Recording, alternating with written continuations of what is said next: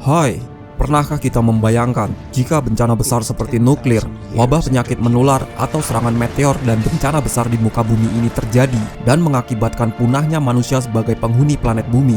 Isu kiamat yang akhir-akhir terjadi yaitu akibat ramalan-ramalan yang terlanjur salah dipahami. Bagi yang percaya dengan ramalan tersebut, disibukkan dengan segala persiapan untuk kehidupan selanjutnya setelah bencana kiamat terjadi. Seperti banyak sekali difilmkan oleh banyak sekali film-film yang ada, dan kali ini kami akan membuat dalam sebuah video singkat. Berikut ini adalah ulasan dari sisi keilmuan yang diungkapkan dari berbagai ilmuwan, konstruksi, fisikawan, ahli biologi, perkiraan, atau gambaran kehidupan ketika jika manusia sebagai makhluk utama di muka bumi ini punah. Namun sebelum masuk pada video berikutnya, silakan klik tombol subscribe dan like atau share jika kamu suka video seperti ini, agar channel ini bisa bermanfaat dan selalu eksis. Ingat, subscribe, and let's begin.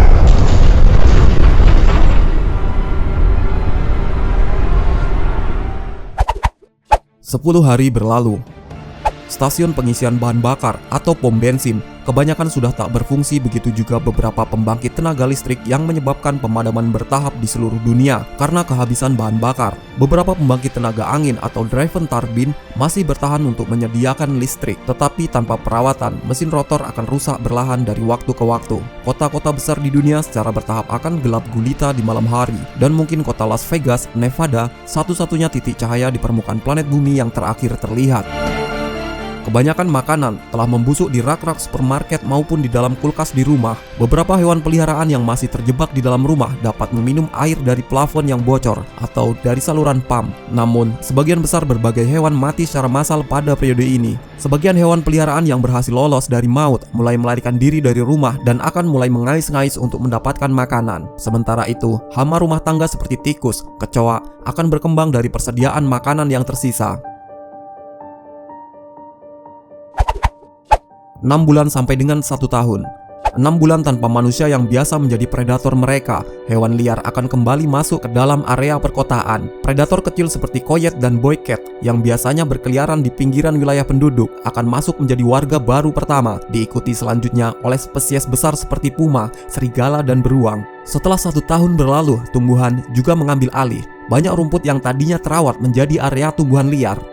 Gulma tumbuh di celah-celah di jalan, akhirnya membentuk lapisan tanah miskin hara. Binatang liar akan menemukan tempat berlindung di kota-kota yang telah ditinggalkan, seperti bendungan Hoover. Moluska yang disebut dengan kerang guangga mulai menyumbat pipa air pendingin ke generator dan mereka menutupnya.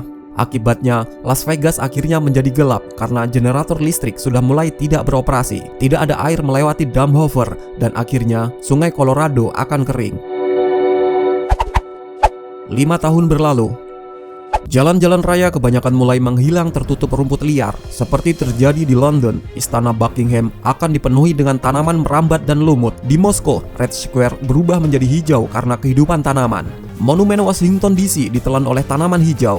Di kebun binatang, jika mereka berhasil melarikan diri, ada kemungkinan bahwa beberapa binatang seperti singa, harimau, gajah, dan badak masih dapat bertahan hidup di alam liar jika mereka bermigrasi ke iklim selatan Amerika Selatan. 20 tahun berlalu. Struktur beton mulai retak dan runtuh sebagai siklus freeze and thaw, serta adanya serangan vegetasi. Tanpa manusia yang memelihara tanggul, kota-kota dataran rendah seperti Amsterdam dan London akan tenggelam. Sebagian besar kerangka bangunan yang terbuat dari logam akan korosi dan berkarat. Jendela retak dan akan runtuh dari bangunan. Burung akan mengambil alih bangunan-bangunan itu sebagai tempat tinggal. Batang penyalur di atas gedung pencakar langit akan berkarat dan sambaran petir bisa membakar bangunan menjulang. Contoh nyata yang terjadi untuk periode ini, 20 tahun tanpa manusia, adalah di daerah Pripyat, Ukraina, yang ditinggalkan pada tahun 1986 setelah bencana Chernobyl. Tempat ini digunakan sebagai contoh kehidupan nyata dari tingkat kerusakan yang bisa terjadi setelah 20 tahun hilangnya manusia. 40 tahun berlalu. Struktur kayu kecil seperti pada bangunan rumah akan ambruk karena mereka diserang oleh jamur dan investasi rayap. Meskipun mereka bisa berdiri selama bertahun-tahun, batu memburuk dengan cepat bila terkena garam seperti dari kotoran burung atau paparan air laut. 50 tahun berlalu. Tanpa pemeliharaan, kabel baja dari jembatan Brooklyn dan Golden Gate akan rapuh korosi dan struktur bangunan akan terancam untuk runtuh. Pada periode ini, sebagian besar dari sekitar 600 juta mobil di dunia, bahkan yang sempat menyandang mobil ramah lingkungan, akan berkarat dan menjadi rongsokan yang nyaris tak bisa dikenali. Ban akan kempes dalam beberapa tahun, tetapi karet sintetis akan komponen plastik masih akan tersisa selama berabad-abad.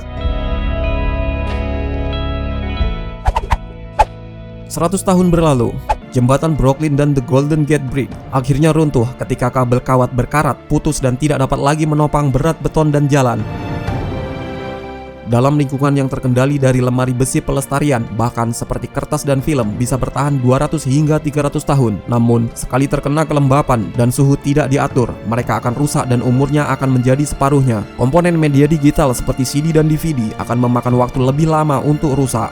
Di kota-kota besar, terowongan-terowongan kereta bawah tanah yang telah dibanjiri air akan menyebabkan jalan-jalan yang ada di atasnya runtuh. Tanpa campur tangan manusia, lautan akan pulih dari polusi dan kini populasi kehidupan laut akan meledak. 500 tahun berlalu.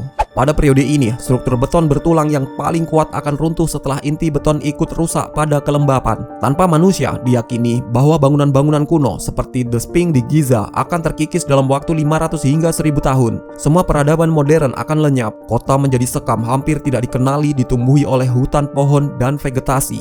Kota New York mungkin terlihat seperti ketika pertama kali dieksplorasi oleh Henry Hudson pada tahun 1609. 1000 tahun. Sekarang setelah 1000 tahun setelah manusia tidak ada, sedikit sekali bukti yang tersisa dari umat manusia. Bahkan radio dan sinyal televisi yang dipancarkan ke ruang angkasa dan pernah berpikir untuk melintasi selama ratusan tahun cahaya akan memudar. Tembok besar Cina akan memiliki usia seperti gunung karena melurus sangat lambat selama berabad-abad. Piramida Agung Giza akan berdiri cukup lama untuk ditelan oleh pasir gurun. Hoover Dam telah menjadi yang terakhir dari runtuh besar, atau Gunung Rushmore akan menjadi salah satu simbol terakhir kehidupan manusia. Semua bangunan yang dibangun oleh manusia jadi tidak dikenali lagi dan hanya nampak seperti pemandangan alam biasa.